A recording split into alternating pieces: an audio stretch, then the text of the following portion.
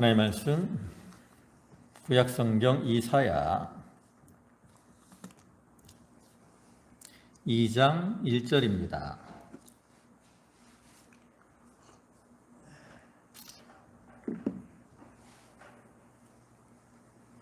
이사야서 2장 1절, 구약성경 페이지로는 970쪽. 이사야 2장 1절부터 5절까지 말씀입니다. 한 절씩 교독합니다. 아모스의 아들 이사야가 받은 바 유다와 예루살렘에 관한 말씀이라. 만일 여호와의 전에 산이 모든 산속되기에 그에 설 것이요 모든 작은 산 위에 뛰어나리니 만방이 그로 모여들 것이다. 많은 백성이 가며 이르기를 오라 우리가 여호와의 산에 오르며 야곱의 하나님의 전에 이르자. 그가 그의 길을 우리에게 가르치실 것이라. 우리가 그 길로 행하리라 하리니 이는 율법이 시온에서부터 나올 것이요 여호와의 말씀이 예루살렘에서부터 나올 것임이니라. 그가 열방 사이에 판단하시며 많은 백성을 판결하시리니 우리가 그들의 칼을 쳐서 우슬을 만들고 그들의 창을 쳐서 낫을 만들 것이며 이 나라와 저 나라가 다시는 칼을 들고 섞어지지 아니하며 다시는 전쟁을 연습하지 아니하리라. 네, 5절은 다 같이 봅니다. 야곱 족속아 오라 우리가 여호와의 빛에 행하자. 아멘. 네, 우리가 앞에 1장에서 살펴본 바와 같이 이사야가 그 1장에서는 그 남유다의 종교적이고 도덕적인 타락상에 대해서 책망을 했고요. 그에 대해서 회개를 촉구하고 회개하지 않으면 하나님의 심판이 임할 것이다 라는 경고의 말씀을 기록했는데요. 이제 이어지는 2장 1절부터 4장 6절까지에서는 먼저 2장 1절부터의 앞부분에서는 세계 만민이 여호와의 전을 중심으로 모여서 평화의 왕국을 이룰 것이다 라는 것에 대해서 예언을 하고요. 그 다음에 이 4장 끝 2절부터에서는 남은 자에 대한 구원의 어떤 축복을 약속하고 있는데요. 그러한 이 중요한 주제를 두 사이에 이제 양쪽에 두고 그 사이에서 이러한 하나님의 은혜가 있는데 너희가 그러한 은혜를 알지 못하고 여호와를 의뢰하지 않고 이렇게 오히려 물질을 의지하고 우상을 숭배하는 그러한 자들에 대한 심판이 이제 경고되고 있어요. 그래서 이렇게 유다의 어떤 죄에 대해서 경고하기 전에 먼저 메시아 왕국의 도래에 대해서 이렇게 언급을 하고 있는 것은 하나님께서는 그 당신의 백성들의 죄에 대해서는 반드시 이렇게 제하시는데 심판하시고 그 죄를 제하시는데 그러한 심판과 어떤 이 죄를 징계하시는 것의 궁극적인 목적이 뭐냐? 그것을 보여주기 위함이죠. 하나님이 이렇게 죄를 심판하시는 목적이 뭡니까? 우리를 망하게 하시기 위한 게 아니잖아요. 그래서 이를 통해서 그 죄를 씻기심으로 우리를 정결하고 깨끗하게 하시고 그를 통해서 이 하나님의 나라 메시아 왕국을 세워나가는 것을 하나님이 원하심을 보여주고 있어요. 그러한 문막하에서 이제 오늘 본문의 말씀에서는 세계 만민이 이제 오직 공의의 말씀으로 세상을 다스리시는 여호와를 흠모하고 그 전에 모일 것과 그 다음에 그 공의의 말씀을 근거로 해서 이제 다스리시는 그 나라는 평화의 나라가 될 것이다 라는 것을 예언을 하고 있습니다. 그러니까 이를 통해서 하나님은 절대 공의로 세상을 다스리시는 것이고요. 아까도 얘기했지만 죄 범죄한 자들에 대한 심판의 궁극적인 목적은 바로 이러한 하나님의 나라를 세워나가기 위함이다라는 것을 보여주는 거죠. 그래서 우리가 이러한 사실을 마음에 새기고 살면 비록 우리가 이 세상이 이렇게 불의가 가득하고 악한 자들이 있더라도 그 나라는 장차 망할 것이고 오직 공의가 바로 서는 그러한 하나님의 나라를 소망하며 살아갈 수가 있게 되는 거죠. 그래서 바울은 골로새서 1장 5절을 보면 너희를 위하여 하늘에 쌓아둔 소망으로 말미암음이니 곧 너희가 전에 복음 진리의 말씀을 들은 것이라. 복음 진리를 통해서 우리가 예수를 믿고 그 다음에 하늘에 쌓아둔 소망이 있어요. 그 소망이 뭐예요? 바로 천국에 대한 소망이고 부활에 대한 소망이고 그리스도의 재림에 대한 그러한 소망이잖아요. 그래서 그러한 소망을 우리가 굳건히 붙들고 자기의 삶 속에서 장차 주님 앞에 설 때, 주님의 나라가 이루어질 때 부끄러움이 없는 이러한 모습으로 설 수 있도록 정결하고 깨끗하게 살아가기를 힘쓰는 그러한 자들이 되어야 된다라는 겁니다. 이제 본문을 보시면 1절에 아모스의 아들 이사야가 받은 바 유다와 예루살렘에 관한 말씀이라. 이 말씀은 앞에 1장 1절에서도 이렇게 말하죠. 유다 왕 우시야와 요담과 아하스와 히스기야 시대에 아모스의 아들 이사야가 유다와 예루살렘에 관하여 본 계시라. 이 말씀과 유사한 내용인데요. 표제어에 해당합니다. 표제어. 그러니까 여기 2장 1절에 나타난 이 말씀은 이제 5장까지 나타난 말씀의 어떤 예언적 성격을 보여주는 건데요. 특별히 또 여기서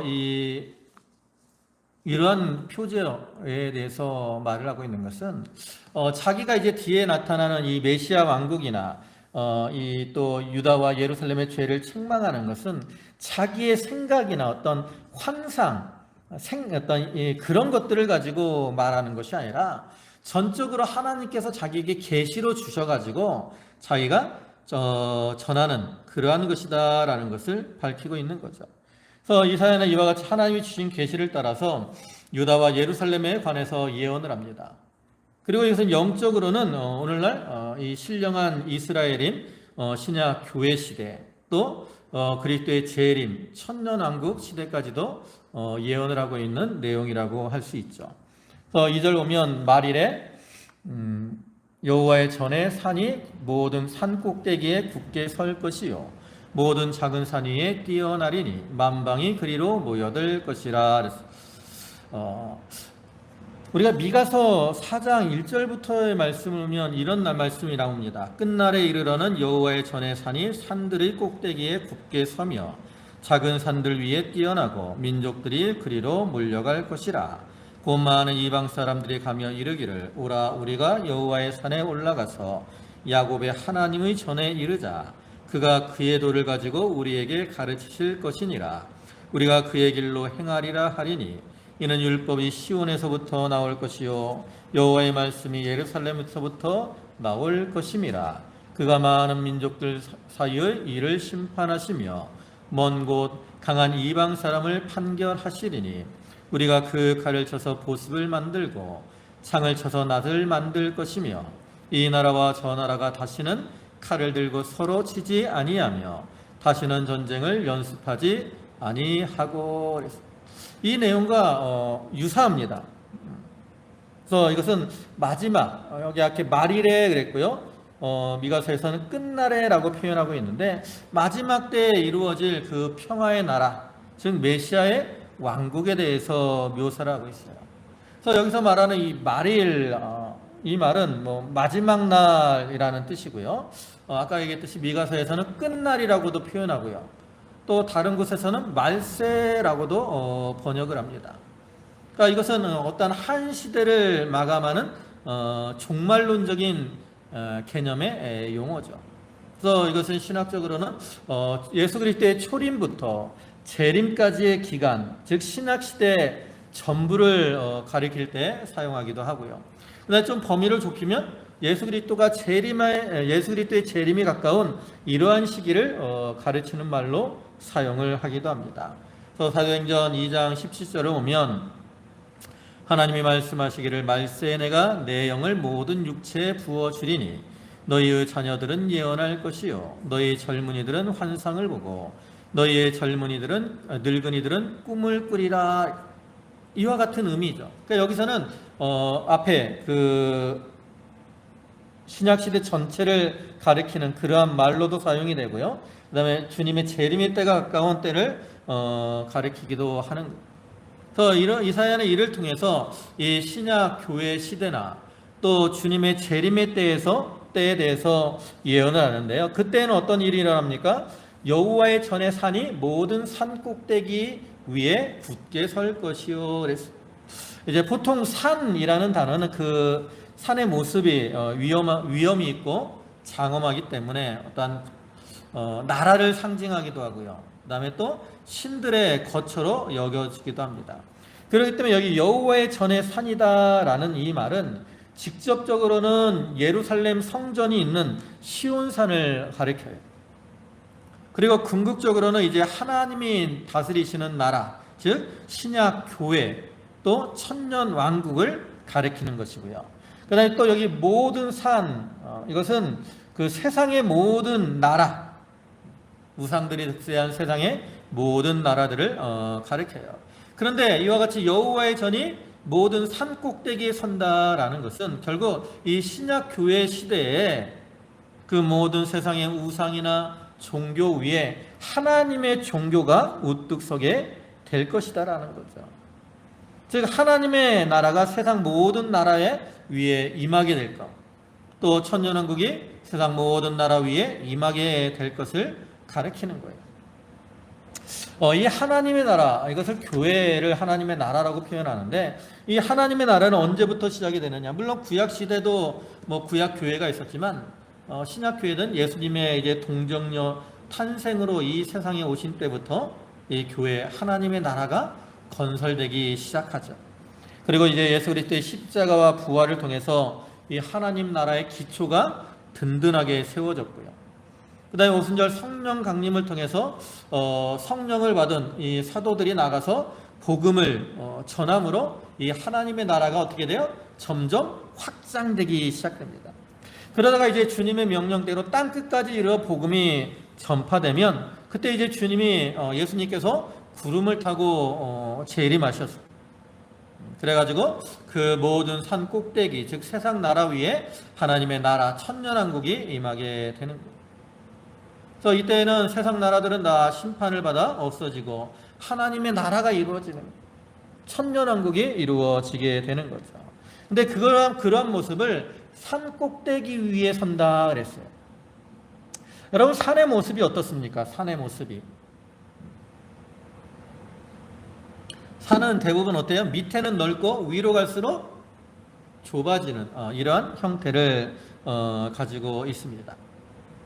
그렇기 때문에 이 산 꼭대기에 선다라는 것은 말세가 되면 이 세상 나라들이 어떻게 해요? 점점 좁아져서 산 꼭대기와 같이 된다라는 거예요. 옛날에는 세상 나라가 무척이나 넓었습니다. 그래서 뭐 어디 한번 가려면 오랜 시간이 걸리고 자기 나라 외에 우리나라도 뭐 옛날 한 200년 전만 해도 저기 뭐 만약에 부산에서 무슨 일이 있으면 여러분들이 그 소식을 알 것 같아요? 모르죠. 무슨 일이 있었는지. 뭐 밀란이 일어나도 잘 모른다고. 또 뭐 이 저 끝에서 이 끝까지 가려면 오랜 시간들이 걸리기도 했어요. 그러나 이제 요즘은 어떻게 돼 있어요? 교통이 발달을 되고 통신이 발달되니까 세상이 점점 뭐 땅은 똑같아요. 넓이는 똑같은데 사람들의 어떤 이 거리감, 심적인 거리감들이 점점 좁아지죠. 그래서 요즘은 뭐 옛날에는 그 80일간의 세계 일주라는 책이 있는 것처럼 80일 동안 세계를 도는 것이 거의 불가능하다고 여겨지게 됐는데 요즘은 뭐 비행기 타고 이렇게 돌면 뭐 빠르면 뭐 수일이면 지구를 뭐 다 돌잖아요.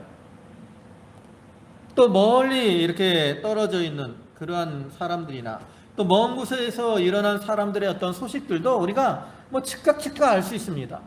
장로님네 가족의 자녀분들 아드님하고 따님, 막내 따님 저기 카나다에 있는데 뭐 알고 싶으면 전화하면 바로 걔네들이 어떻게 지내는지 알고 있잖아요. 바로 알아요. 요즘 이제 프랑스 파리에서 하계 올림픽이 개최되고 있습니다.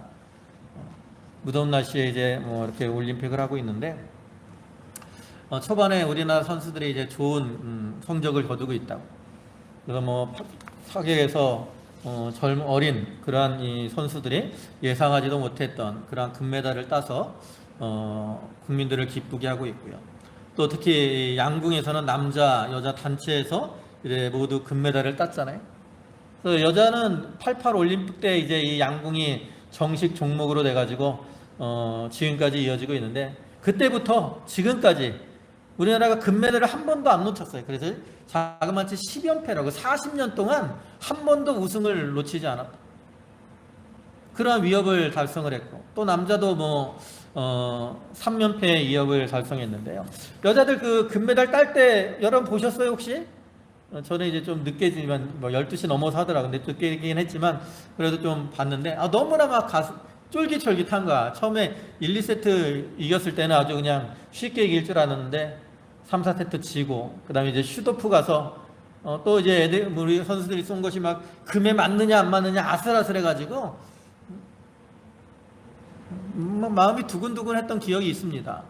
근데 이렇게 먼 파리에서 하는 것을 내가 그곳에 가지 않았는데도 불구하고 방 안에서 실시간으로 지연된 것도 아니에요. 실시간으로 선수들이 경기하고 있는 그러한 모습을 볼 수 있었다라는 거죠.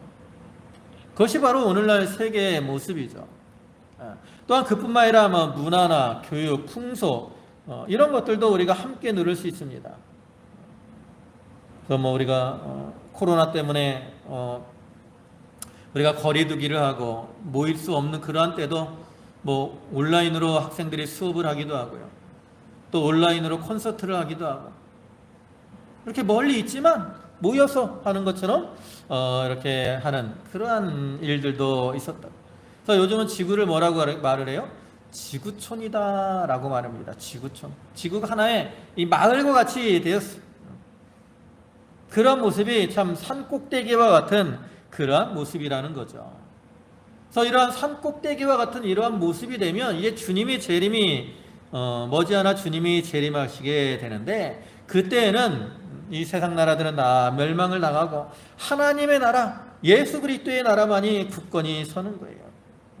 그래서 이러한 하나님의 나라는 최종적으로는 이제 예수 그리스도의 재림을 통해서 완성이 되지만, 그 전에도 교회를 통해서 복음을 전함으로 하나님의 이 신령한 나라가 점점 확장되어 나아가게 하십니다. 그러다가 이제 주님이 재림하시면 마침내 마귀를 결박하여 가두고, 그로 인해 이 세상은 이제 뒤에도 나오겠지만 죄와 어떤 욕심과 죄의 유혹이 없는, 또 전쟁 다툼이 없는 평화의 나라가 이루어지게 되는 거죠. 그래서 우리는 말일에 이러한 하나님의 나라가 이렇게 이루어질 것이다 라는 것을 확신하는 가운데 소망을 가지고 영의 눈으로 그것을 바라보고, 어떠한 일을 당하더라도 낙심하지 말고 담대하게 신앙의 길을 잘 걸어가야 되는 거예요. 그 다음에 이어서 뭐라고 합니까? 만방이 그리로 모여들 것이라 그랬어요. 지금은 이 세상은 사람들이 흩어져 사는 시대입니다. 왜 흩어지게 됐을까? 사람들이 왜 흩어지게 됐을 것 같아요? 죄 때문에 흩어졌습니다. 노아 홍수 이후에 이제 자손들이 번창을 했을 때 처음에 사람들이 모여 살았다고. 그러다가 이제 사람들이 죄악을 범하니까 어떤 마음이 들었어요? 하나님이 이 세상을 심판하시면 어떻게 하나 하는 생각이 들어오죠. 그래갖고 이제 사람들이 뭘 쌓아요? 바벨탑을 쌓습니다. 바벨탑. 그 바벨탑을 쌓는 결과가 뭡니까? 바벨탑을 쌓음으로 인해서 나타난 결과가 뭐예요?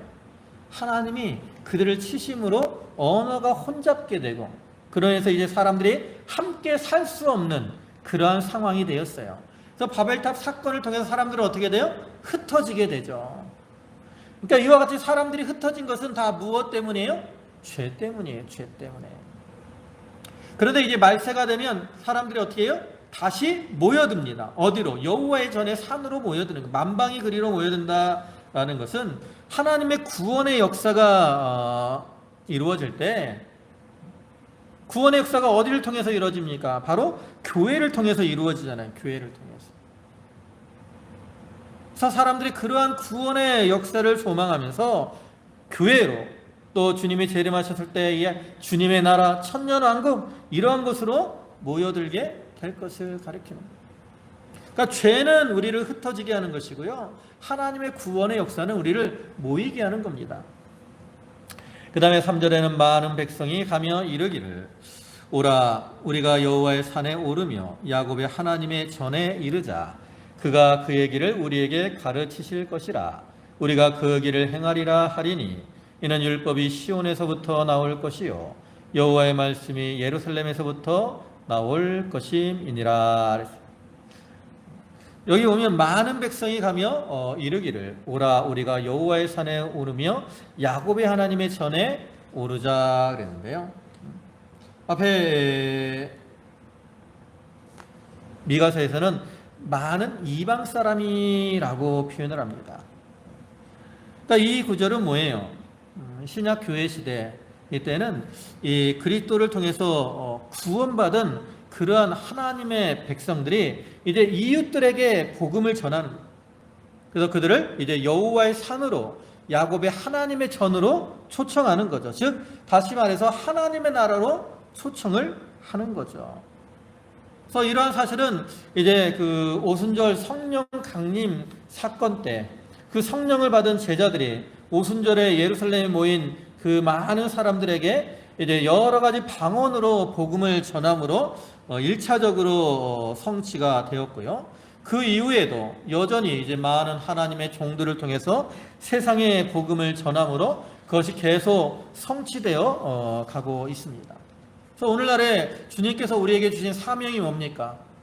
너희는 가서 모든 족속으로 제자를 삼아 아버지와 아들과 성령의 이름으로 세례를 주고 내가 너희에게 부분한 모든 것을 가르쳐 지키게 하라.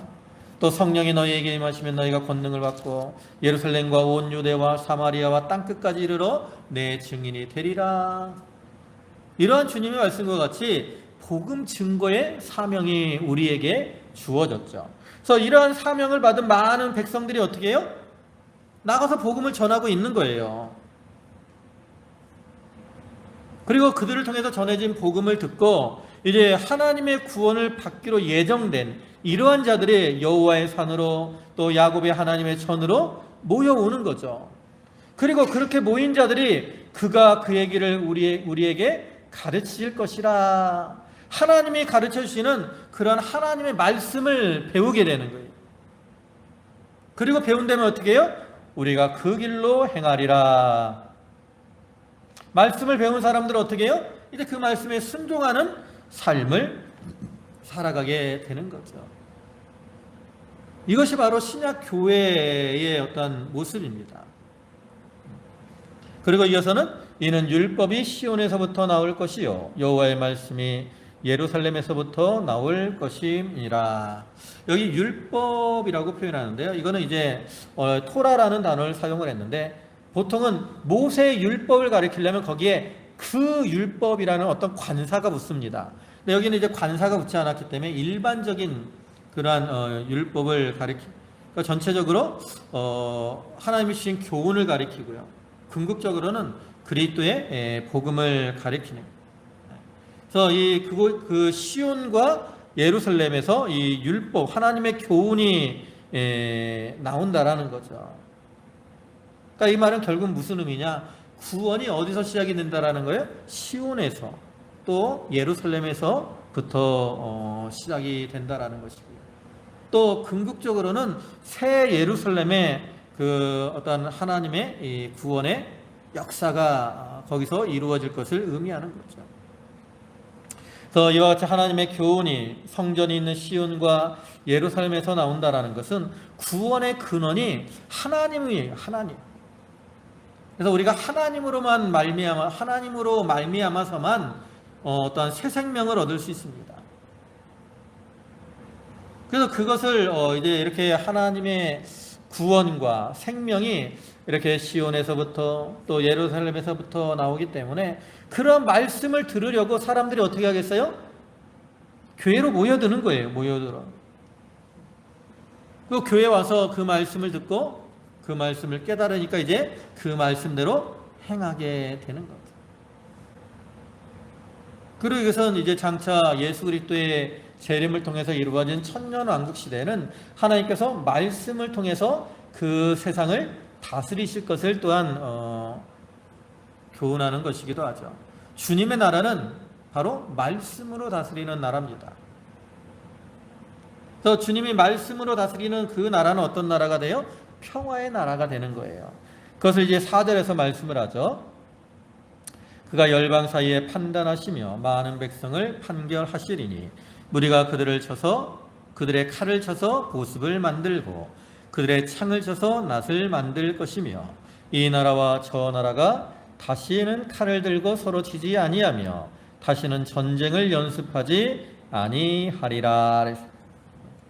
여기 보면 그가 열방 사이에 판단하시며 그랬어요. 그는 바로 예수님을 가리키는 거예요. 근데 여기서 판단하다라는 말은 심판하다라는 의미도 있지만 다스리다, 왕노릇하다라는 이러한 의미가 있습니다. 그러니까 이 말은 세상 모든 백성들이 이제 하나님의 다스림을 받고 또 예수님께서 하나님께서 세계 만민을 구성원으로 하는 하나님의 나라에서 왕노릇하시고 모든 것을 판단하시고 심판하실 것을 의미하는 거죠. 예수님이 재림하실 때는 예수님이 이제 초림하실 때는 우리를 구원하시기 위한 구원자로 세상에 오셨다면 이제 주님이 재림하실 때는 어떤 분으로 오십니까? 만왕의 왕으로서 만주의 주로서 세상을 심판하시는 심판주로 오시게 되죠. 그래서 이 땅에 오셔서 이제 주님은 세상 만민을 다스리시고 또 심판하시는 그러한 일을 하십니다. 그리고 그러한 주님의 통치가 있는 이런 나라는 어떤 모습이냐? 무리가 그들의 칼을 쳐서 보습을 만들고 그들의 창을 쳐서 낫을 만들 것이며 천년왕국 시대 이렇게 주님이 다스리시는 시대는 아까도 얘기했지만 주님이 하나님의 말씀으로 공의로 다스리는 나라입니다. 거기에다가 그때는 마귀가 사로잡혀서 무정에게 갇히는 시대예요. 그러니까 뭐가 없을까요? 이 시대에는 천년왕국 시대에 뭐가 없을 것 같아요? 네? 마귀가 없으면 뭐가 없어요? 죄가 없는 거예요. 우리가 왜 죄를 범합니까? 마귀가 우리를 미혹하기 때문에 우리 마음속에서 욕심이 일어나서 죄를 범하게 되는 거예요. 그렇기 때문에 천년왕국 시대는 마귀가 일단 무적행에 갇혀 있어요. 그래서 아무것도 활동을 못해. 그러니까 사람들 마음에 욕심이 없습니다. 욕심이 없으니까 뭐가 안 일어나요? 죄가 없어요. 그것도 사람 사이에 뭐도 없을까요? 미움이나 시기가 없어요.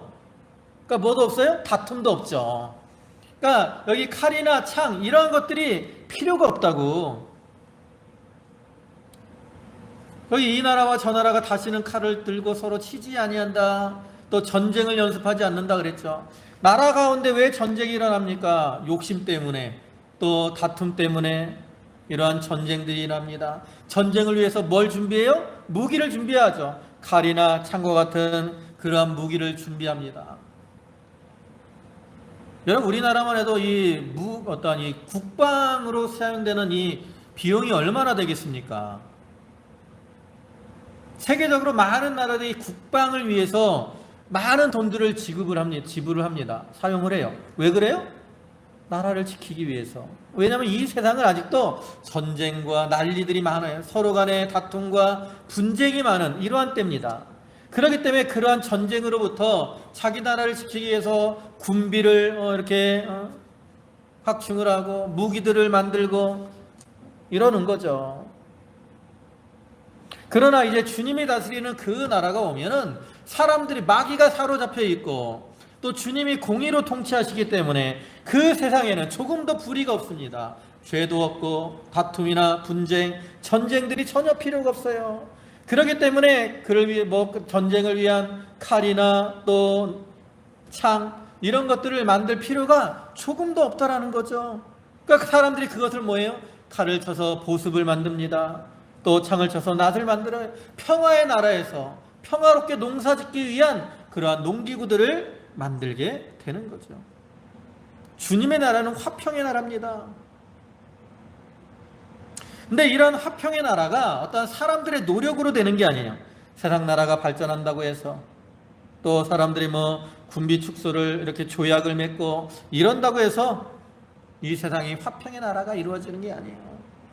오히려 세상 나라들은 말세가 되면 될수록 어떤 나라가 돼요? 사람들이 점점 악해지기 때문에 오히려 다툼, 분쟁 이런 것들이 많이 일어나고요. 국가 간의 전쟁도 많이 일어납니다. 지금도 보면 러시아나 우크라이나 이 전쟁도 아직도 계속되고 있고요. 또 이스라엘과 하마스 간의 이 전쟁도 계속되고 있습니다. 뭐 그 외에도 뭐 여러 나라 내전이 있는 나라들도 있고요. 그러다 보니까 사람들은 무기를 계속 확보하려고 힘을 쓰고 있는 거죠. 그러나 이제 예수님이 재림하셔서 이 세상 나라들을 심판하시고 새 예루살렘이 이루어지고 천년왕국이 임하는 그 나라는 이렇게 평화와 의가 충만한 그러한 화평의 나라가 이루어집니다. 여러분, 우리가 천년왕국은 하늘나라에 이루어지는 게 아니에요. 이 땅에 이루어지는 겁니다. 또 주님이 공중재림하신 이후에 새 예루살렘 성이 하늘에서부터 내려오고요. 그때는 성 밖에는 보통 사람들이 삽니다. 육체를 가진. 그때는 이제 아마겟돈 전쟁이 끝나고 그 전쟁에서 살아남은 소수의 사람들이 사는 거예요. 그리고 새 예루살렘에는 부활함을 입어서 예수님을 영접한 그러한 사람들이 살게 돼요. 그래서 새 예루살렘 안에서는 예수님이 다스리는 그 나라고요. 새 예루살렘 밖에서 사람들이 이제는 농사를 짓고 먹고 살아요. 또 자손을 낳습니다. 거기서 무화과나무 아래에서 포도나무 아래에서 평안한 그러한 삶을 살게 되는 거죠. 그래서 이 말씀은 그러한 평화의 나라, 주님을 재림을 통해서 이루어질 평화의 나라에 대해서 노래를 하고 있는데, 이러한 나라에 대한 이 모습이 오늘날 우리가 환난 가운데서 살아가는 백성들에게 큰 소망이 된다라는 거죠. 그래서 우리가 이러한 소망을 붙들고, 비록 세상에서 우리가 힘들고 어려움을 당할지라도 낙심하지 말고 담대하게 믿음의 길을 잘 걸어가도록 해야 되는 겁니다. 그 다음에 5절에 야곱 족속아 오라, 우리가 여호와의 빛에 행하자. 이렇게 앞에서 이사야는 황폐해진 남유다의 영광스러운 회복의 모형인 메시아 왕국의 도래에 대해서 예언을 했는데요. 이제 현실로 돌아와서 그 남유다 백성들이 처한 이 암담한 상황에서 그것을 이겨내기 위해서 하나님께로 돌아올 것을 권고하고 있는 거죠. 그래서 여기 야곱 족속은 보통 유다 민족을 가리키고요, 영적으로는 신약시대 성도들을 가리킵니다. 그러면서 뭐라 그래요? 오라, 우리가 여호와의 빛에 행하자. 오라는 거예요. 오라는 거예요. 지금 너희가 서 있는 그 고난의 자리, 잘못된 자리에서 어떻게 하라는 거예요? 오라는 거예요. 그 자리는 어떤 자리라는 거예요? 너희가 서 있는 자리는 흑암의 자리라는 거예요. 흑암의 자리. 이스라엘 백성들이 하나님을 떠나서 우상을 섬기고 죄악을 범하고 있기 때문에 그들이 지금 흑암 가운데 살아가고 있는 거죠. 근데 그러한 자들을 부르시는 거예요. 여호와의 빛에 행하자. 빛 가운데로 오라는 거예요. 그럼 여기 빛이 뭐예요? 빛. 여기서 말하는 빛은 뭐냐면 바로 말씀을 가리키는 겁니다. 또 하나님의 은혜를 가리키는 거예요. 여러분, 구약시대 이스라엘 백성들이 가진 가장 큰 특권이 뭡니까? 바로 하나님의 말씀을 받았다라는 거예요. 하나님의 말씀. 하나님의 계시의 말씀을 직접 받았고 그 말씀을 가지고 있다라는 거예요. 그런데 그들이 그 하나님을 떠남으로 그 말씀을 잃어버렸어요. 그렇기 때문에 이사야 선지자는 이제 그들에게 향해서 너희가 이제 와라는 거예요. 그 어둠의 자리에서 와라, 오라. 그리고 이제 여호와의 빛, 그 말씀의 빛 가운데서 살아가라는 거죠. 그러니까 이 말씀은 결국 이스라엘 백성들을 향해서 하나님의 말씀에 대한 새로운 각성을 촉구하는 겁니다. 자, 앞에서 말한 2절부터 4절까지 이 하나님이 정하신 마지막 날에는 이 필연적으로 메시아가 임하시고 하나님의 나라, 평화의 나라가 임하게 될 것인데, 그때는 많은 이방인들도 그 나라에 돌아오게 되거든요. 그것을 예언한 이제 이사야 선지자는 유다 백성들을 향해서 이방인들도 때가 되면 하나님께 돌아오는데 너희가 지금 이렇게 허탄한 자리에 있어서 되겠느냐? 너희가 그러한 허탄한 것을 버리고 흑암의 길을 걸어가지 말고 이제는 그 자리에서 회개하고 돌이켜서 하나님의 말씀을 따라 빛 가운데로 나와서 빛 가운데 걸어가는 이러한 자들이 되어라 라고 권고하는 거죠. 빛 가운데 걸어가야 이제 앞에서 말한 이러한 어떤 평화를 누리며 살아갈 수 있다라는 거예요. 그래서 오늘날에도 우리가 세상 가운데 살아가면서 우리가 흑암의 길을 걸어갈 때가 있습니다. 이스라엘 백성들과 같이. 그때마다 하나님은 이 말씀으로 우리에게 오라라고 권고하고 계신다라는 거죠. 그래서 우리는 그런 하나님의 부르심을 듣고 하나님의 나라, 그 평화의 나라에 대한 소망을 가지고 이제 주님 앞에 나아감으로 주님이시는 이러한 주님 안에서 이러한 평강, 기쁨 이런 것들을 누리며 사는 그러한 자들이 다 되도록 해야 되겠습니다. 기도하시겠습니다. 만유의 주가 되시고 전능하신 주님 감사합니다. 아버지 하나님, 이스라엘 백성들이 참으로 하나님을 떠나서 죄악 가운데 흑암 가운데 살아가서 거하면서 그로 인해 참 고통과 괴로움을 당하고 있기에 하나님께서 이사야를 통해서 장차 임할 그 메시아 왕국에 대한 예언을 주시고 이제 그들을 향해서 오라 여호와의 빛으로 나아가자라고 부르셨습니다. 이와 같이 오늘날에도 흑암 가운데 있는 저희들을 향해서 오라고 부르시고 또 평화의 나라에서 살아가라고 권고하고 계시오니 저희가 그 부르심의 음성을 듣게 하여 주시옵소서. 그 부르심의 음성에 반응하게 하여 주옵소서. 흑암의 자리를 떠나서 여호와의 빛 가운데로 나아가게 하시고 그 빛의 세계에서 주님이시는 평강을 누리며 살아가는 저희들이 다 되게 하여 주시옵소서. 아버지 하나님, 저희 성도들 한 사람 한 사람을 붙들어 주시옵소서. 무더운 날씨에 저들의 건강을 지켜 주옵소서. 특별히 육신적으로 연약한 가운데 또 여러 가지 질고로 고통당하는 성도들을 기억하시고 회복의 은총을 저들에게 내리어 주옵소서. 모든 것을 주님께 맡기옵고 예수님의 이름으로 기도 올리옵나이다. 아멘.